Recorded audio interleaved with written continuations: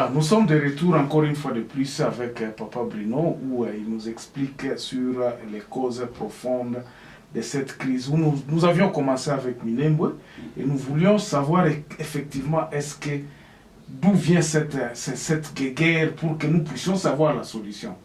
Maintenant que le Parlement en avait parlé, quel est votre point de vue sur ce qui s'est passé à l'interpellation du ministre Azarias Oubewa?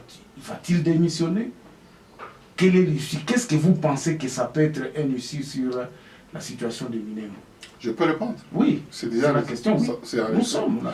Bon, écoutez, moi j'aimerais toujours, si vous le permettez, essayer de parler des causes profondes et expliquer la situation actuelle. Vous savez que donc, avant l'événement de l'installation de ce bourgmestre, s'il a été installé, apparemment il aurait même été installé depuis 2018. Oui, cette question était donc adoptée en 2018. Pourquoi en 2018? Juste pendant la période des élections. Eh bien, selon moi, c'est parce que les Rwandais, avec leur agenda d'occupation, parce que, comme je disais, il y a controverse, il y a ceux qui disent que il n'y a pas occupation, il y a seulement infiltration. Mais moi, j'ose dire que, c'est vrai, on peut dire occupation avec certaines réserves, mais il y a une forme d'occupation, une certaine forme d'occupation, parce que ce n'est pas nécessairement une présence militaire qui explique l'occupation. On peut avoir une occupation politique. Parce que nous avons des gens dans nos institutions politiques. Oui. J'ai parlé de Roubero. Il occupe un poste politique. Et nous avons beaucoup de généraux dans l'armée qui occupent des postes politiques. Officiellement, et nous savons les identifier qu'ils sont des Rwandais, comme par exemple James était venu, mais il y en a qui étaient collègues à James qui sont restés, continuent à exercer leurs fonctions en tant que membres donc officiers non pas infiltrés parce qu'ils sont connus. Donc officiellement, c'est comme oui, ils ont pris la casquette congolaise. C'est-à-dire que nous avons cette imposition. Ils sont là. C'est de fait cette situation-là. Alors qu'est-ce que je disais? Je disais que bon, écoutez, qu'est-ce qui a précédé? Les gens disaient, ok, président Félix, c'est une marionnette, il ne peut rien faire. Il y a eu certains actes de FCC pour essayer de renforcer et de garantir leur position pour 2023, tout en affaiblissant graduellement le président Félix. Le président Félix, heureusement, il ne s'est pas laissé faire. Je suis en train de parler des causes qui ont fait que... À un moment, Roubero est parti précipitamment à Minembwe. Pourquoi? C'est une démarche de récupération parce que devant les avancées du président Félix, il perdait du terrain. Comprenez? C'est ainsi que, comme cela était arrivé à l'époque de Kabila en 2001 ou en 2000, quand il y a eu dissension entre Kabila et le AFDL. Qu'est-ce que les Rwandais ont fait? Ils avaient fait un retrait à l'Est pour pouvoir relancer la guerre et se positionner. Et c'est ça qu'il y a eu. Donc c'est la même tentative. Donc, cette fois-ci encore, pour intimider ou pour préparer les bases arrières, afin de contrer les avancées politiques du président Félix. Parce que la nomination des juges et des généraux, c'est un point capital. C'est pourquoi le jour de prestation de serment de ce juge à Kinshasa, ce jour-là, c'est-à-dire aujourd'hui, c'est une journée historique. Parce que maintenant, effectivement, vous avez entendu les déclarations des FCC qui accusent de violation de la Constitution. Théodore Ngoy a accusé le président de violation. Il y a eu Fayoulou. En ce moment, je m'excuse, j'ai toujours pensé, et vous savez, ça a été notre démarche, je parlais cette unité, je me disais que du temps de Mobutu, il y a eu cette unité imposée. Et l'unité nous a fait épargner du pire. Mais aujourd'hui, le danger semble être plus grand parce que le pays est plus divisé. Divisé par quoi? Par une constitution qui a été taillée sur mesure afin de nous affaiblir et de nous diviser davantage. Ok, maintenant, la question que je voudrais que vous puissiez répondre, c'est celui-ci. Est-ce que Minembwe constitue une piège? Est-ce que Minembwe ne révèle pas la désorganisation même du pays? Parce qu'on n'avait pas répondu à cette question fondamentale où les Rwandais sont en train de... Quelqu'un peut venir aujourd'hui, il y a une question de nationalité, on ne peut pas douter des Azarias Urubero, vous l'aviez évoqué ici, il est avec la casquette des Congolais. Vous aviez parlé des généraux rwandais qui sont dans l'armée. Est-ce que le piège ne constitue pas, Minembwe ne constitue pas une piège aux gouvernances de Kabila, de Félix? Est-ce que ce n'est pas une arme que l'ennemi de Félix... Mais je l'ai dit, oui, j'ai dit que c'est un cheval de Troie. Oui. C'est-à-dire, c'est pourquoi Kabila, Rubero s'est retiré à Minembwe. C'est pourquoi il est allé vite dans la précipitation. D'ailleurs, selon les... C'était une provocation justement pour attiser le feu. D'ailleurs, oui. Sur un dossier qui n'a jamais trouvé de réaction solution. pour empêcher le président Félix à renforcer son pouvoir. C'était une démarche pour bloquer le président Félix. C'était une démarche pour l'intimider. Pas seulement intimider le président Félix, mais c'est intimider l'ensemble du peuple congolais pour les garder encore sous le joug rwandais. Parce que nous avons eu pendant 18 ans le règne de Kabila, mais c'était un règne de défi, où personne n'avait la liberté de s'exprimer comme cela se fait aujourd'hui au Parlement. Vous avez suivi l'interpellation. Mais quand il y a eu en 2018 ce passage, cette adoption de Minembwe, il n'y a pas eu d'interpellation du tout.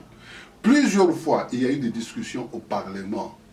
Qui n'aboutissaient pas. Qui n'aboutissaient pas parce que Kabila laissait passer l'agenda rwandais. C'est une interpellation pour le peuple congolais. Nous, Congolais, que ce soit de l'Est, là je veux insister, parce que vous savez, tout cela commence à partir de l'Est. L'Est a constitué la majorité des forces qui ont soutenu AFDL. Donc, quelque part, il y a cette responsabilité d'avoir soutenu cette rébellion.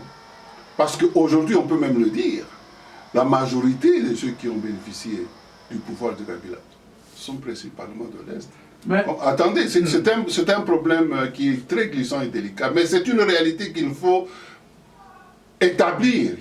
Parce que si nous ne considérons pas cette réalité, alors nous allons tourner en rond. Vous avez posé la question de savoir si les Congolais ont compris la source du problème. Et j'ai dit, voilà la source du problème. C'est que si vous avez des Congolais partout où ils sont, inclus à l'Est, mais je parle principalement de l'Est parce que cette rébellion de l'AFDL et la présence du Rwandais, c'est à l'Est. Alors je dis qu'il faut qu'il y ait cette prise de conscience. C'est comme quand vous dites une maladie entre par, je sais pas, vous avez été blessé au bras, c'est tout le corps qui est blessé. Quand vous spécifiez par exemple que non, le problème se trouve à l'Est, ne pensez-vous pas que le problème est global et que le Congolais, en tout de l'Est à l'Ouest, devrait résoudre ce problème-là? Parce que nous pouvons avoir des peuples qui viendront peut-être de l'autre côté, d'un autre côté de la République. Je suis tout à fait d'accord avec vous. Nous avons vu des rébellions qui ont commencé peut-être, qui a été attisé les îles. Bon, s'il vous plaît, monsieur Germain, la question de l'Est est tout à fait particulière. On ne peut pas la comparer avec la situation ailleurs. Pourquoi? Parce que vous avez une particularité avec les Rwandais qui réclament la nationalité. Est-ce que cette nationalité-là... Et les Rwandais sont à l'Est. Donc, la population qui est plus vulnérable, qui est victime de cette politique rwandaise, ce sont nos frères de l'Est. Je ne suis pas en train de pointer du doigt en disant qu'ils sont responsables de cette situation. Mais ils sont les plus victimes de cette situation. Donc, ils sont les plus vulnérables. Ils sont vulnérables parce qu'ils peuvent être aussi facilement manipulés. Parce que les conditions... Attendez, parce que les conditions... Le Congolais a été toujours manipulé, oui, c'est pour cela je suis tout à fait d'accord, mais ici je dis que la situation étant spécialement constante, il ne faut pas négliger cet aspect. Parce que je peux vous donner un exemple, faisons une réflexion, parce que la population de l'Est peut être fatiguée des tueries, de l'instabilité, de guerres permanentes. Et ça peut influencer leur mental pour dire non, non, on doit mettre fin à cette histoire. Laissons seulement les Rwandais, par exemple, vivre avec nous, de faire ce qu'ils veulent, on puisse s'entendre avec eux. Eh bien, ils peuvent faire ça pendant que le reste du pays n'est pas d'accord. J'ai dit que notre population, nos frères de l'Est sont dans un problème sérieux parce que ce sont eux qui... Non, est-ce que les Congos... Ce sont eux qui vivent... Quand vous parlez de... C'est là où moi je voudrais un peu vous demander si le problème n'est pas global ou bien c'est un problème particulier. Ce problème est global. Bon, si le problème était global, oui. Les influences, est-ce que les gens qui sont à l'Est ont-ils le pouvoir de leur terre? Parce que ceux qui sont corrompus sont à Kinshasa. Quand nous parlons que l'Est subissent des atrocités, les commanditaires, nous en connaissons, ils sont à Kinshasa. Hein? Oui, on est pas. Oui, donc les commanditaires sont à Kinshasa. Mais ils viennent d'où? Non, nous avons dit les influences de la Belgique, ce ne sont pas sur le terrain.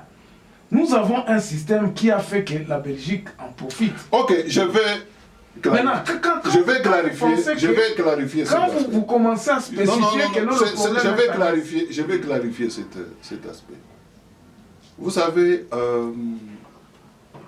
j'insiste, je dis que la porte d'entrée de AFDL, c'est à l'Est.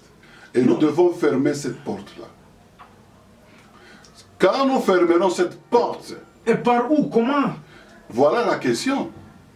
C'est pourquoi la discussion est là. Allons-nous accorder à chaque Rwandais qui arrive du Rwanda la nationalité parce qu'il prétendra qu'il est Mulenge, parce qu'il arrive à Mulenge. Même ceux qui sont donc il est né, ses parents sont au Rwanda. C'est-à-dire que allons-nous accepter que tout le Rwanda tous les Rwandais soient des Nyamulenge, c'est-à-dire ceux qui vivent au Congo et ceux qui ne vivent pas au Congo, parce que c'est ça la tendance. Exactement. Bon, allons-nous accepter ça? Non. Et où se trouve Mulenge? Ça se trouve à l'Est. Alors, donc, quelle est la partie qui est en danger pour être engloutie? C'est l'Est. Allons-nous accepter ça? Pas. Là, le peuple congolais doit être ferme. Et c'est la prise de conscience qui se manifeste maintenant. Vous avez vu, le président Félix est parti à Goma. Il a dit niet. Le peuple réclame que Mulenge ne peut jamais devenir un territoire rwandais. Et lui, il annule le décret qui consacre Mulenge comme un territoire rwandais. Alors c'est cette autorité dont je parlais. Je disais qu'il faudrait que le peuple congolais puisse retrouver sa souveraineté, qu'il ne puisse plus être faible. Or, nous avons été affaiblis par toutes ces guerres et la présence des Rwandais dans nos institutions, qui se sont imposés, qui ont imposé de manière illégale cette commune de Minembwe. Bon, maintenant, récupérer cette position-là, c'est une démonstration de force, c'est une démonstration de souveraineté récupérée. Alors, c'est une interpellation en ce moment pour tous les Congolais de pouvoir se réveiller à cette conscience patriotique et à l'unité qui va faire qu'on doit se mettre tous ensemble comme un seul homme et être fort, récupérer notre position. Parce que, écoutez, dans la région, du temps de Mobutu, même du temps des Belges, c'est le Congo qui faisait la loi. Vous comprenez? Parce que nous sommes un pays qui a tous les moyens pour peser dans la balance de force. Notre pays est suffisamment riche, il est grand et nous avons une grande population. Donc nous avons naturellement un pouvoir qui doit faire qu'on doit faire la loi, ou on doit s'imposer, pas de manière abusive, mais on ne peut pas, n'est-ce pas, se moquer ou traiter le Congolais comme nous avons vécu avec, sous le règne de Kabila. Parce que sous le règne de Kabila, quelle est l'histoire du Congo? C'est Kagame. Tout le monde a peur de Kagame. Mais alors que quand on était sous Mobutu, on n'avait pas ça. Qu'est-ce qu'était le Rwanda pour... Non. Alors il faut que nous puissions retrouver notre position, notre dignité. Exact. Et aujourd'hui, c'est ce jour-là. Okay. C'est ce jour-là où, pour les Congolais qui prendront conscience, eh bien, nous allons retrouver ou récupérer notre position en tant que peuple fort au cœur de l'Afrique qui donne l'espoir, n'est-ce pas, à toute l'Afrique. Voilà. Alors moi, c'est ça le point de vue qui est au cœur de notre vision en tant que MCP. Et pour terminer, si vous permettez, je voudrais dire que cet événement où la situation du Congo a même un caractère aussi un peu spirituel. Spirituel dans quel sens? C'est que vous avez l'occupation du Congo.